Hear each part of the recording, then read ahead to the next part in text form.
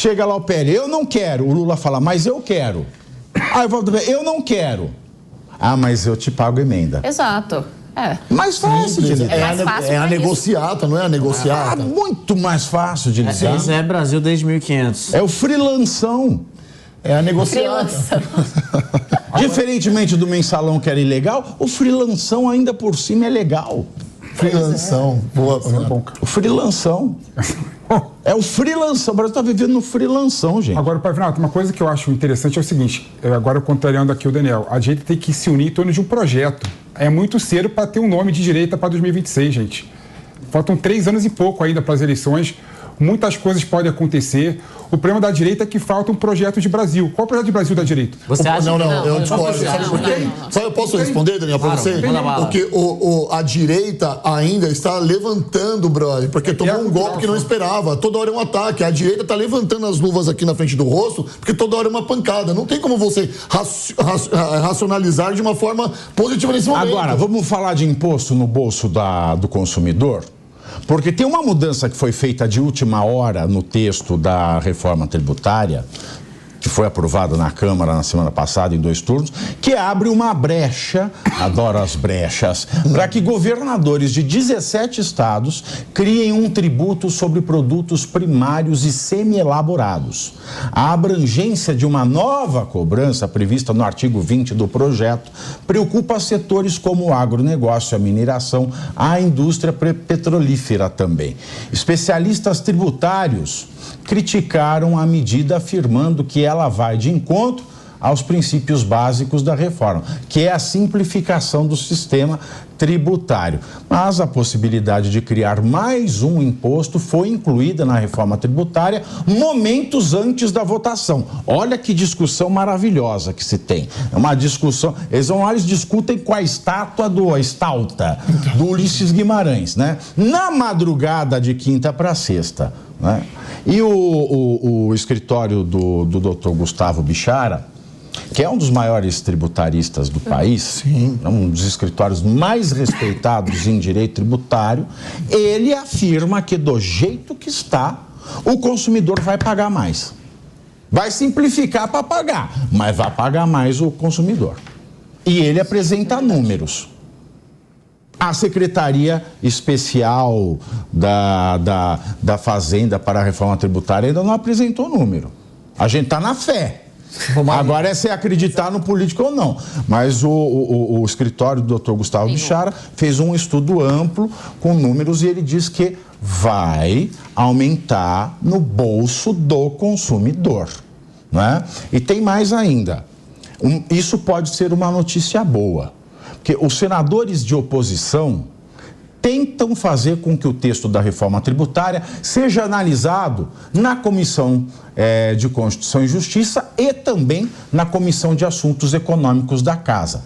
A ideia é ter um prazo maior para que alterações na PEC sejam melhor discutidas lá no Senado. A principal mudança debatida, e isso está em estudo e pode ser apresentada, é a substituição do Conselho Federativo do IBS por conselhos estaduais do IBS. Senadores da oposição devem propor que o IBS seja recolhido, administrado e repartido por conselhos estaduais, ou seja, cada estado pode ter o seu conselho, vai ter o seu conselho do IBS, com 5 conselheiros municipais sobre a presidência do secretário estadual de Fazenda. Cada estado ficaria incumbido, é claro, né, de seu próprio fundo de desenvolvimento regional. Além disso, a proposta de alteração deve prever que cada estado defina a sua alíquota do IBS. Pega-se o estado, divide-se em 5 distritos e cada distrito vai ter o seu conselheiro. Pode ser por eleição, quem vai ser o conselheiro distrital, dentro da Secretaria da Fazenda, ou o que é mais econômico ainda... Ou o que é mais econômico ainda, a eleição interna nas assembleias legislativas, de acordo com as regiões de cada deputado estadual. Ele seria o conselheiro daquela área. Dessa forma, o dinheiro, que é o imposto Estado municipal, vai ficar dentro do âmbito Estado municipal. E com isso, você não transforma a federação num morto muito louco. Agora são 15 horas e 2 minutos. E outra, é uma economia também, porque tem que fazer eleição e a gente não sabe, porque o jeito que está na proposta tem que fazer eleição. Quem vota em quem? Aí pergunta, a pessoa vai ter que fazer parte de partido político para poder concorrer ao cargo? Esta é a questão mais cruel. Porque se ela tiver que ficar debaixo de um cacique e a depender da relação com o cacique e o governo federal e atrelar decisões do Conselho Federativo, aí, meus queridos, vocês vão ver o governo federal transformar isso aqui. Vai ser um governo central. Aí acabou, uma federação. Por quê? Porque isso ficou para frente. Não está discutido aqui. Não está discutido aqui. E eu acho que essa alteração é uma alteração muito bem-vinda. Ela transforma 180 graus os problemas dessa reforma. O que você acha disso aí, Pepe? Pavinato, sobre um argumento municipalista usando a sua preocupação da centralização, vai centralizar igual. Vai centralizar todos os municípios dentro da entidade do Estado estadual. Ou seja, é a mesma questão. Vai centralizar. Mas o Estado continua autônomo. O Estado é bom. Agora, o Conselho Federativo, que representa os estados e os municípios, seria ruim. Ou seja, eu vejo o meu princípio, Pavinato, sendo bem sério para você, eu acho que essa questão realmente é periférica. Pode criar conselhos estaduais, pode manter o Conselho Federativo, que não muda em nada o Pacto Federativo e não muda em nada a importância dessa reforma tributária que vai realmente exonerar os consumidores, que vai realmente simplificar o sistema tributário, não é? E eu volto a dizer aqui, na minha opinião, né, com base em já instrumentos tecnológicos que já existem no recolhimento de tributos, o tributo vai ser repartido de forma automática, né, de forma... Na hora do pagamento, já vai o valor de cada município para cada município. Não, isso não está na estado, reforma. Cada estado. Você está supondo que pode acontecer. Estou conjecturando. Não, você pode. Não, a PEC vai ser feito por PEC. Mas se não está na letra... Não está no texto. Mas está na lei. Pode ser que vá nessa direção. Pode ser que vá nessa direção. A lei está exatamente o critério objetivo da repartição dos valores de cada um dos entes. Objetivo... Não, tem um item ali, Pavinato, que você... Mas aí é aquela coisa que eu te falei. Quem vão ser os conselheiros? Vão ter que ser filiados a partido político para a eleição? Ninguém sabe. A questão é simples. Não está lá. Isso é importante. Isso é importante. Ainda. Claro que isso é importante você esclarecer. Mas pela lógica, os secretários estaduais, os secretários de fazenda estaduais vão fazer parte do Conselho Federativo. E os representantes municipais que têm duas formas de eleição? Não, pode ser com dois quadros. Não, aí tem que esclarecer. Mas a eleição, para mim tem lógica ter eleição. Problema. Tem que esclarecer. Eleição no sentido de escolher. Bom, eleger. O que você achou desta possível sugestão de alteração?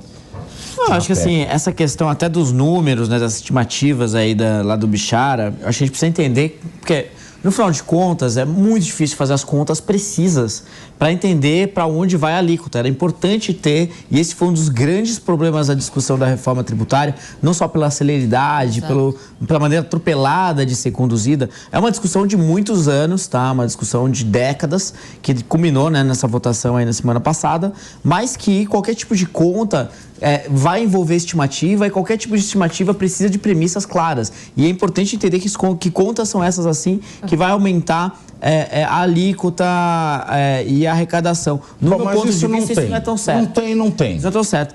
No meu ponto de vista, sobre a reforma, eu acredito que a reforma ela é majoritariamente positiva para o país, tá? Simplesmente por ter cobrança no destino, que é um problema enorme que a economia brasileira sofre ao longo dos últimos anos, de múltiplas cobranças de impostos durante a cadeia de valor da produção de um certo produto. Ela acaba com 27 legislações estaduais de ICMS. Isso é super importante, porque todo aquele manicômio tributário, ele é desmontado.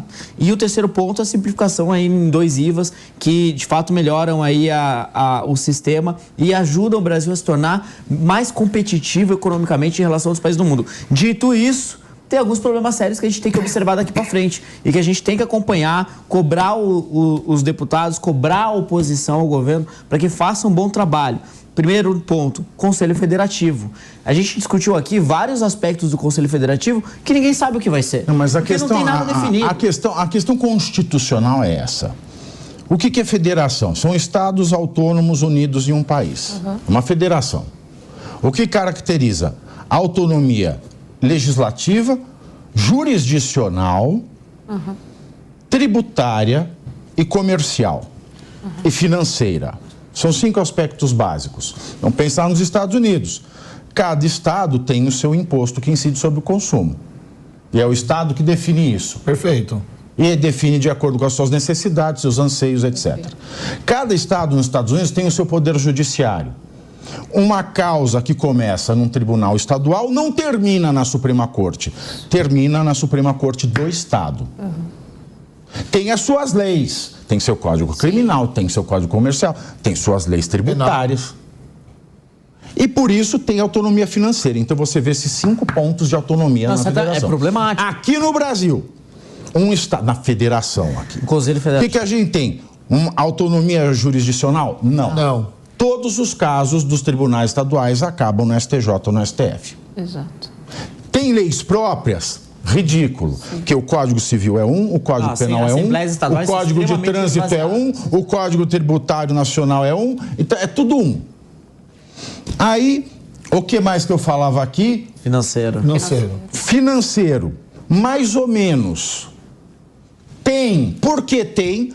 Porque tem os impostos de competência privativa dos estados e dos municípios. Então, a única coisa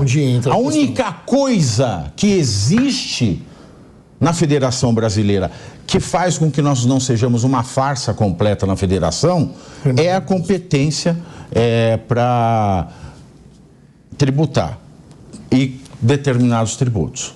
É a única coisa. E é por isso que é importante a gente acompanhar de perto. Estados e municípios, aí você faz o Congresso Nacional definir a alíquota. Mas já é assim. A alíquota não. A lei complementar do ISS, a lei complementar do ICMS, define as regras gerais que o município é obrigado. As regras gerais. Obrigados, inclusive a alíquota máxima. Mas não máxima, não será que muda? Interfere? Ela coloca parâmetros, ela baliza. Você pode fazer por lei, você pode mexer em cláusulas pétreas, não os extinguindo, mas os otimizando. A autonomia administrativa financeira, Pavinato, não está no... Bom, enfim, para receber os impostos. O ponto é essa. Autonomia financeira. Aí não tem mais autonomia financeira. Autonomia não tem.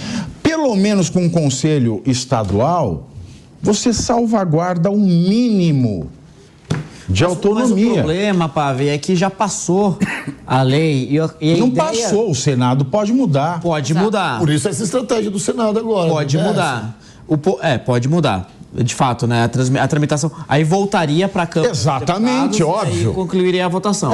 Sim. É que a vantagem de você, quando o projeto ele é aprovado na Câmara dos Deputados, ele vai para o Senado, se os senadores subtraírem pontos da reforma, não precisa voltar mais para a Câmara. Por exemplo, essa ideia que entrou ali na calada da noite de colocar ali uma brecha para um novo tributo, isso você pode apagar e não volta mais para a Câmara. Agora, se você muda o texto, aí tem que voltar para a Câmara e a discussão vai fechar ali. Mas o texto então, pode esse é um cálculo político que precisa ser feito. Uma pergunta, o texto pode chegar lá, eles podem olhar e ter uma maioria de votos e passar isso, no caso? Passou, acabou. Sim.